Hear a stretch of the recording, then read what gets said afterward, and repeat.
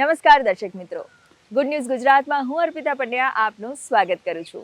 મિત્રો, નવા વર્ષનો પ્રારંભ તો ક્યારનો થઈ ચૂક્યો છે અને આ નવા વર્ષના પ્રારંભે આપણે કેટલાય સંકલ્પો પણ લીધા હશે અને તેને અનુસરવાનું પણ શરૂ કર્યું હશે અને તેમાં કેટલી અડચણો અને બાધાઓ પણ આવી હશે.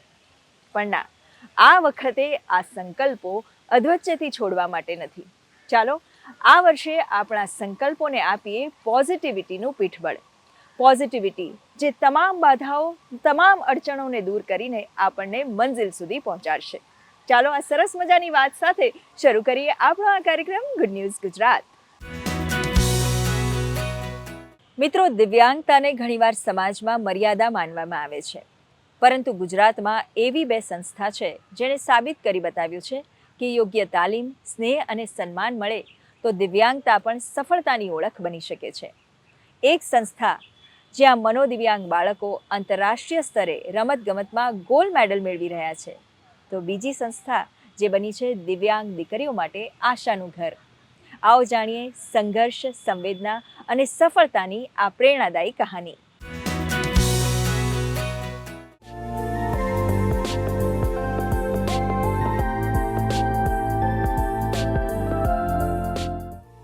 આ વાત છે મહેસાણા શહેરની ખોડિયાર એજ્યુકેશન ટ્રસ્ટ સંચાલિત દિશા સ્કૂલની. છેલ્લા 14 વર્ષમાં દિશા સ્કૂલના 13 જેટલા દિવ્યાંગ ખેલાડીઓએ ગ્રીસ, અમેરિકા, ઓસ્ટ્રેલિયા, દુબઈ જેવા દેશોમાં સ્પેશિયલ ઓલિમ્પિક ગેમ્સમાં ભાગ લઈ ગોલ્ડ, સિલ્વર અને બ્રોન્ઝ મેડલ જીત્યા છે, જે છે દરેક દિવ્યાંગ બાળકની ક્ષમતાનો વિજય. દિવ્યાંગજનો અને એમાં ખાસ કરીને માનસિક દિવ્યાંગજનો માટે એમના શિક્ષણ, તાલીમ અને પુનઃસ્થાપન માટે કામ કરી રહી છે. આ બાળકોને સમાજમાં સમાનભેર જીવી શકે, તેમનામાં રહેલી શક્તિઓ વિકસાવીને સારા નાગરિક બનાવવા માટેની સંસ્થાની નેમ છે. સંસ્થાના પ્રયત્નોથી આ બાળકોને તાલીમ આપી અને સ્પોર્ટ લેવલે જિલ્લા કક્ષાએ, રાજ્ય કક્ષાએ, નેશનલ કક્ષાએ અને 13 જેટલા બાળકો ઇન્ટરનેશનલ કક્ષાએ જઈ જિલ્લાનું ગૌરવ અપાવ્યું છે, રાજ્યનું ગૌરવ અપાવ્યું છે. દિશા સ્કૂલમાં રમતગમત માત્ર સ્પર્ધા નથી, પરંતુ આત્મવિશ્વાસ અને સ્વાભિમાનનું સાધન છે. અશક્ય લાગતી સિદ્ધિઓ મેળવી આજે આ બાળકો વિશ્વ પટલ પર ભારત અને ગુજરાતનું નામ રોશન કરી રહ્યા છે. 2008માં સુરત ખાતે સ્પેશિયલ ઓલિમ્પિક્સ ભારતની ટુર્નામેન્ટમાં બાસ્કેટબોલમાં પહેલો નંબર મેળવીને આવ્યો. ત્યારબાદ થી મારી તાલીમ શરૂઆત કરવામાં આવી અને 2013માં ઓસ્ટ્રેલિયા ખાતે એશિયા પેસિફિક રિજનલ ગેમ્સમાં બાસ્કેટબોલમાં પહેલો નંબર મેળવીને ઓસ્ટ્રેલિયામાં ગોલ્ડ મેડલ મેળવ્યો હતો અને ગોરા ફેંકમાં પણ પહેલો નંબર મેળવ્યો છે અને બીજી અનેક રમતોમાં ગોલ્ડ મેડલ મેળવ્યો છે. આ સફળતા છે રમતોના મેદાન પર, તો બીજી તરફ આ છે દિવ્યાંગ દીકરીઓ માટે સુરક્ષા અને સ્નેહનું ઘર. બે બહેનોની બેલડી જૂનાગઢથી 20 કિલોમીટર દૂર માખિયાળા ગામે ચલાવે છે સાંત્વન વિકલાંગ વિકાસ મંડળ, જે આજે 0 થી 75 વર્ષની 60 થી વધુ દિવ્યાંગ દીકરીઓની માતા પિતાની જેમ સંભાળ રાખી રહી છે. અમે બંને બહેનો હોસ્ટેલમાં જ મોટા થયા છે. જે પણ ક્યાંય બી એવું દુઃખ દર્દ કોઈનું કાંઈ જીવનમાં જોતા ને તો એના માટે કંઈક કરતા, અમે એને કંઈ વસ્તુઓ લઈ દેવી, એને ખુશી મળે એવું કાર્ય કરતા.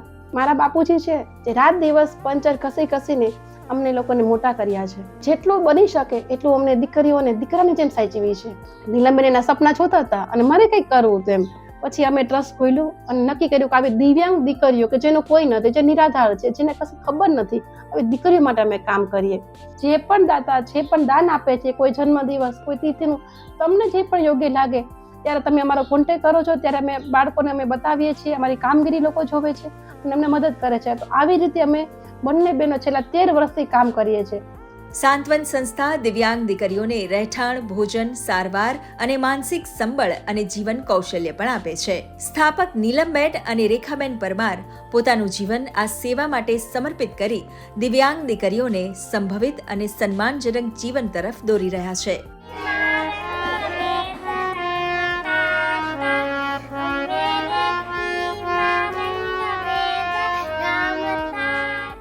બાળકોને કેવી રીતે સંસ્કાર અને શીખડાવવું એ એમની પાસે કળા શીખવા જેવી છે. બાળકો ક્રાફ્ટ તરીકેની બધી ઘણી વસ્તુઓ બનાવે છે, તોરણો બનાવે છે, ઝુમ્મરો બનાવે છે, બીજી બધી ઘણી જ એક્ટિવિટી કરે છે જે આપણે ન કરી શકતા હોય, હું પણ ન કરી શકું.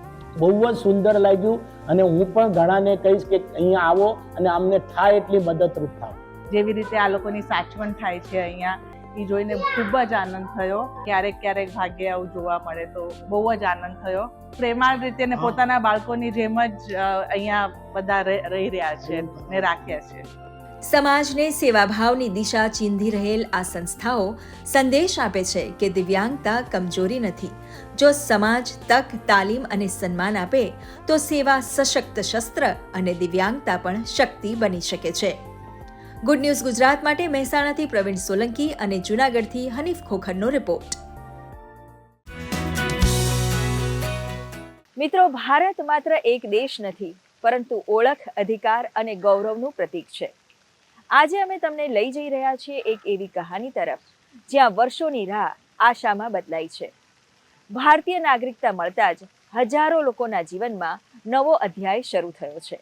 ખાસ વાત એ છે કે અમદાવાદ દેશનો એવો જિલ્લો બન્યો છે જ્યાં સૌથી વધુ સંખ્યામાં ભારતીય નાગરિકતા આપવામાં આવી છે.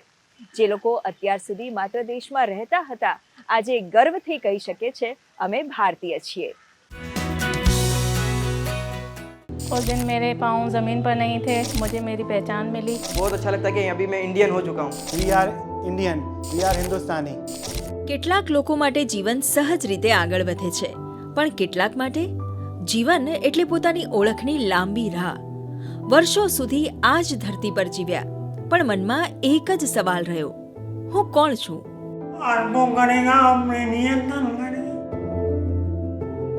मुझे ऐसा फील हुआ कि मेरी मासी माँ ने मुझे अपनाया है और जिसने मुझे गोद दी है, जिसने मुझे इतनी अच्छी जीवन दिया है, उसने मुझे मेरी पहचान दी है. કાગળ વગરનું જીવન, ન મત આપવાનો અધિકાર, ન પોતાનું ઘર ખરીદવાની છૂટ, ન ભવિષ્ય વિશે કોઈ નિશ્ચિતતા. દરેક દિવસ એક સંઘર્ષ, અને દરેક સંઘર્ષમાં એક જ આશા, ઓળખની. પણ હવે આ લાંબી રાહ પૂર્ણ થઈ છે. જિલ્લા કલેક્ટરના અધિકાર હેઠળ ભારતીય નાગરિકતાના પ્રમાણપત્ર આપવામાં અમદાવાદ જિલ્લો દેશભરમાં પ્રથમ ક્રમાંકે આગળ આવ્યો છે. સેંકડો પરિવારોને મળ્યો છે જીવનમાં એક નવો આધાર, નવી આશા. 2016 અને 2018માં થયેલ સુધારાના આધારે જિલ્લા કલેક્ટર અને મેજિસ્ટ્રેટને સિટીઝનશીપ આપવાની જોગવાઈ કરવામાં આવેલ છે. ખાસ કરીને જે માઇનોરિટી કમ્યુનિટી પાકિસ્તાન, બાંગ્લાદેશ અને અફઘાનિસ્તાનમાં રહે છે, એ આ પૈકી કોઈ પણ વ્યક્તિ જે સિટીઝનશીપ માટે એપ્લાય કરે, પ્રોપર ડોક્યુમેન્ટ અને પુરાવાઓ એના જોડે હોય, તો આ લોકોને સિટીઝનશીપ આપવાની જે સત્તા જે છે ડિસ્ટ્રિક્ટ મેજિસ્ટ્રેટને આપવામાં આવી છે. અમદાવાદ જિલ્લામાં પણ આ સત્તા અનરૂએ ડિસ્ટ્રિક્ટ મેજિસ્ટ્રેટ તરીકે અત્યાર સુધી 2017થી લગભગ 1295 જેટલા જે એપ્લિકેન્ટ્સ હતા, આ લોકોની જે આપને સિટીઝનશીપ અત્યાર સુધી આપવામાં આવી છે.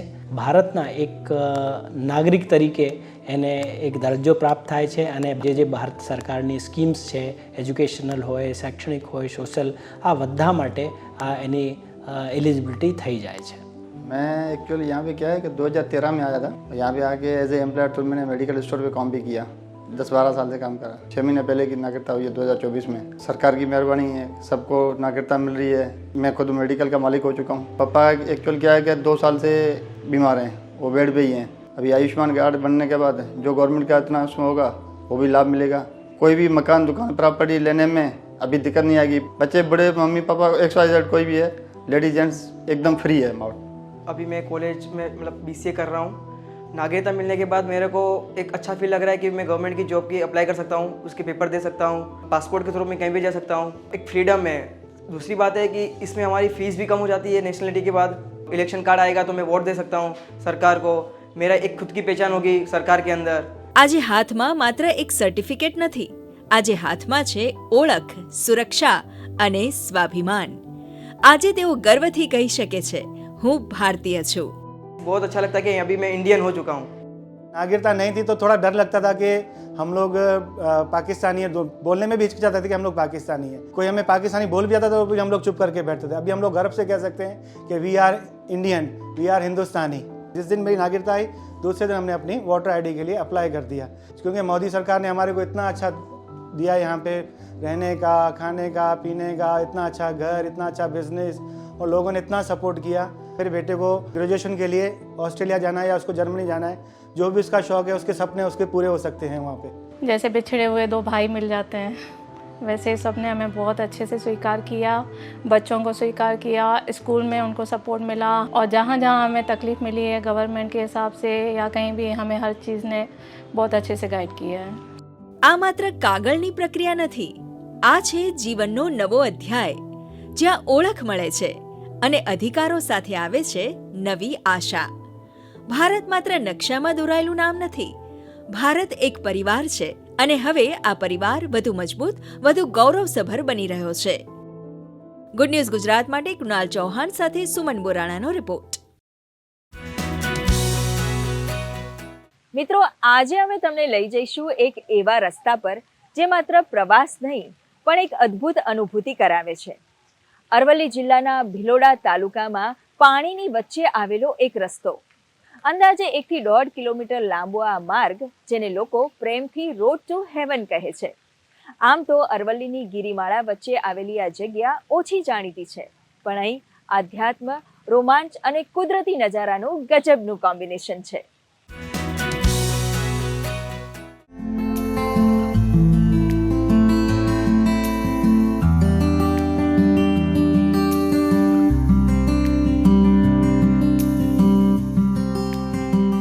રોડ ટુ હેવન આ સાંભળતા તમને કચ્છમાં આવેલો સફેદ રણની વચ્ચેથી પસાર થતો રોડ યાદ આવી જાય. પણ આજે આપને લઈ જઈશું અરવલ્લીના અંતરમાં વસેલા એક એવા સ્થળ પર જ્યાં કુદરત પોતે શાંતિનું સરનામું બની જાય છે. ચારે બાજુ ડુંગરો, ડુંગરોની ગોદમાં વહેતું નિર્મળ પાણી અને આ પાણીની વચ્ચેથી પસાર થતો શાંત માર્ગ, જાણે કુદરતે જાતે જ આ રસ્તો રચ્યો હોય. આ જગ્યાનું નામ છે ભવનાથ મંદિર, જે ભિલોડા તાલુકામાં આવેલું છે. અહીં દૂર દૂરથી પર્યટકો, ભક્તો શિવભક્તિ તથા પ્રકૃતિને માણવા અહીં આવે છે. ભવ્ય મંદિર બનેલું છે. આજુબાજુનું વાતાવરણ એટલું સુંદર અને રળિયામણું છે કે આ મંદિરમાં લાખો લોકો દર્શન કરવા માટે આવે છે. ગવર્મેન્ટે સારો રસ્તો બનાવ્યો છે. શ્રાવણ મહિનામાં પુષ્કળ માણસો આવે છે. આજુબાજુ ચારે બાજુ પાણી હોય છે. ચોમાસામાં તો રોડને ઓવરફ્લો પાણી થઈ જાય છે. ભગવાનનું લિંગ પણ પાણીની અંદર અભિષેક થતો હોય એવું લાગે છે. આ રીતે લોકો અહીંયા આવે અને લોકો દર્શન પણ કરે અને સાથે સાથે કુદરતી વાતાવરણનો પણ લાભ લે. જૂના રાજા મહારાજાઓની છતરીઓ છે. શિવરાત્રિમાં કાર્યક્રમો થાય છે. શંકર ભગવાનના જે પણ તહેવારો આવે એમાં દર વખતે અહીંયા આગળ મેળો પણ થાય છે ને સારી રીતે અહીંયા આગળ ઉજવાય છે. ઇલવલ્લે પંચરત્નાની બ્રહ્મા ભૃગુ ગદાધર ચતુર્થ કર્ણનાથંચ પંચમે ભુવનેશ્વર.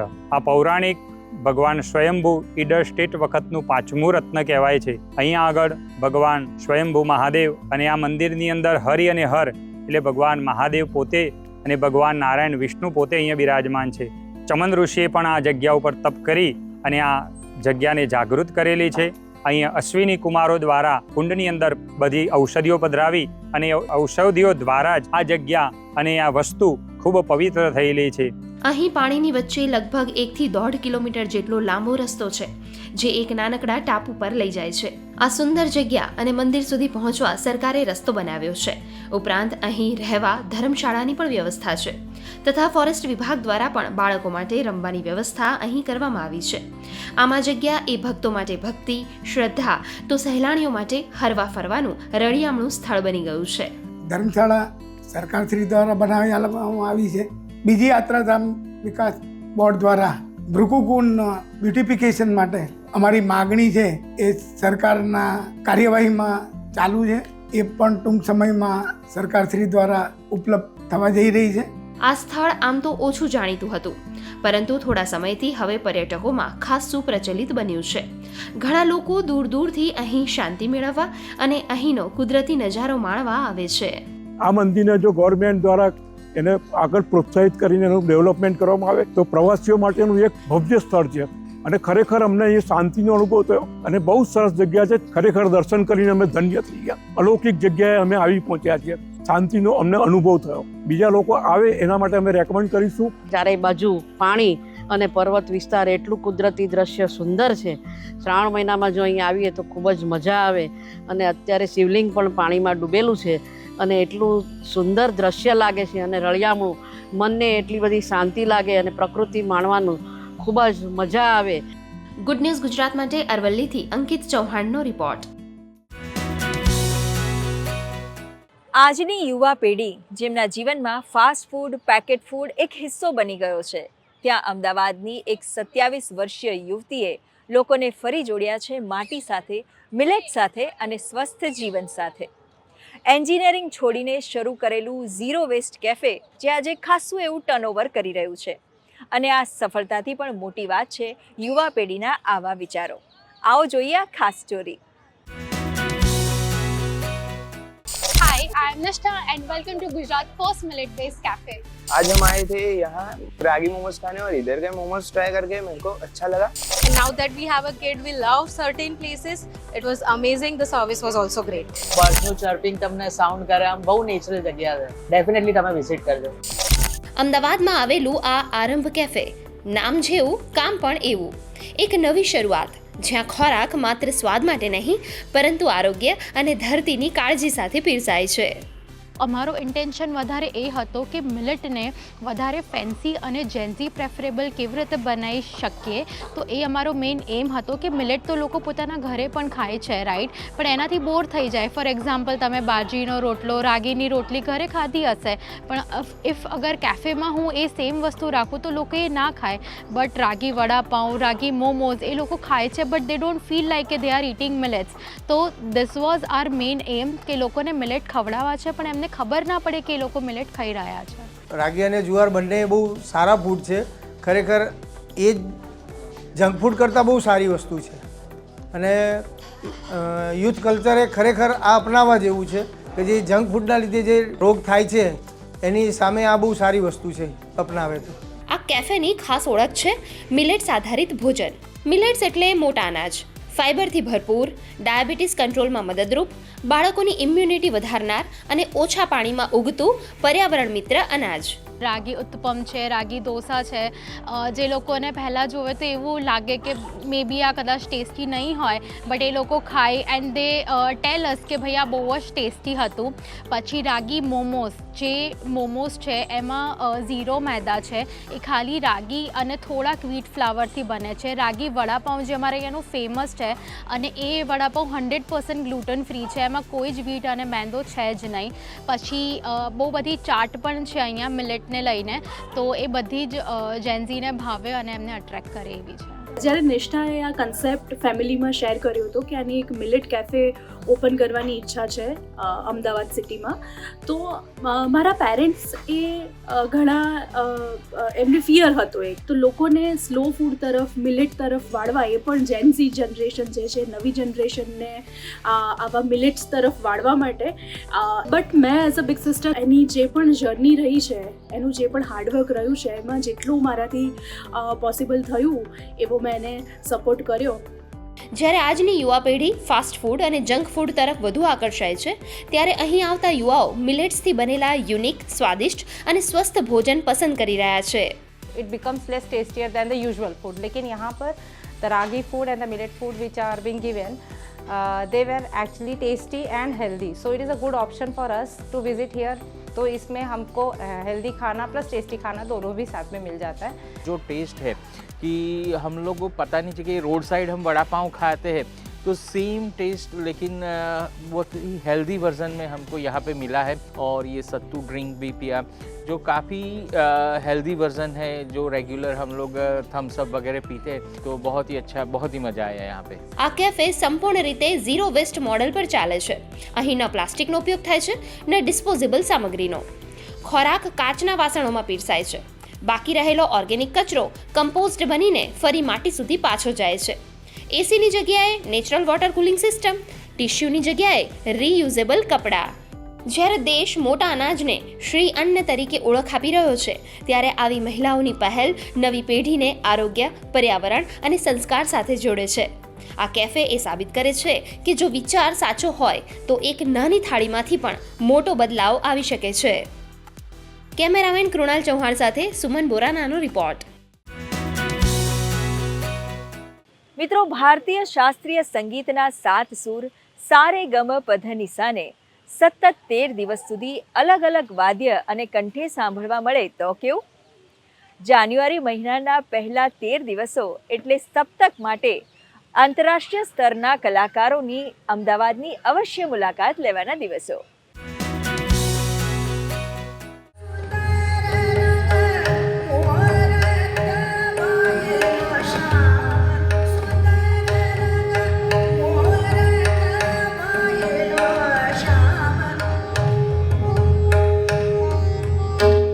देखिए, एक तरफ तो श्रोता तो बिल्कुल बढ़ रहे हैं और युवा कलाकार भी बहुत अच्छे अच्छे निकल रहे हैं। बात जहाँ पे संघर्ष की आती है वो ये कि क्या आज ये माहौल है कि एक व्यक्ति समर्पित रूप से केवल शास्त्रीय संगीत कर सकता है या नहीं, वहाँ संघर्ष जरूर होता है। और उसके लिए आप सब जितना प्रोत्साहन देंगे, समाज जितना प्रोत्साहन देगा। अनुभव तो यही है कि हम 45 साल से सप्तक में गा रहे हैं। 46 साल हो गया सप्तक को जी, और 45 साल से गा रहे हैं। यहाँ के लोगों का प्यार हमको मिलता आ रहा है और कुछ ऐसी ऑडियंस है जो हम ही लोगों को सुनने आती है। जब हमारे बड़े भाई थे पंडित राजन मिश्रा जी, उनके साथ मैं गाता था तो 200-400 ऑडियंस ऐसी है जो सिर्फ हमको सुनने आती है। तो ये लोगों का प्यार है, लोगों का स्नेह है, ये सप्तक का देन है। मैं तो कोशिश करती हूँ हर परफॉर्मेंस में अलग अलग स्वरूप दूँ। ये अच्छा होता है ना, एक ही टाइप का नहीं होना चाहिए। सबसे बड़ी बात है अहमदाबाद के ऑडियंस, सुनकार इतनी प्यार से, इतने समझदारी के साथ इतना बढ़िया सुनते हैं तो हम कलाकार लोग ऑटोमेटिकली मूड में आ जाते हैं। बहुत अच्छा सुनकार लोग है यहाँ पे। मुझे तो संगीत से प्यार है तो ऑटोमेटिकली भगवान का कृपा हो, ऑडियंस का आशीर्वाद है, सब मिलजुल के रंग बन जाता है। सप्तक में मैं कई वर्षों से, मैं याद नहीं कितने वर्षों से, पर शुरू से ही मैं कार्यक्रम के लिए आती रही हूँ और यहाँ आना ऐसा अब एक अपना ही ऑर्गेनाइजेशन है, इस भाव से हम लोग सब आते हैं और काफ़ी मेहनत से ये लोग ऑर्गेनाइज करते हैं और बहुत अच्छा लगता है। संगीत की इतनी सेवा करते हैं और स्कूल चलाते हैं, तो उससे अहमदाबाद में संगीत का वातावरण, इतने अच्छे लोग सुनने वाले हैं कि तैयार हुए हैं सप्तक के कार्यक्रमों को सुन के। इतने रसिक लोग तैयार हुए हैं, बड़ी अच्छी संगीत के लिए सेवा है। प्रार्थना करूँगी ईश्वर से कि ये हमेशा के लिए इसी तरह चलता रहे काम।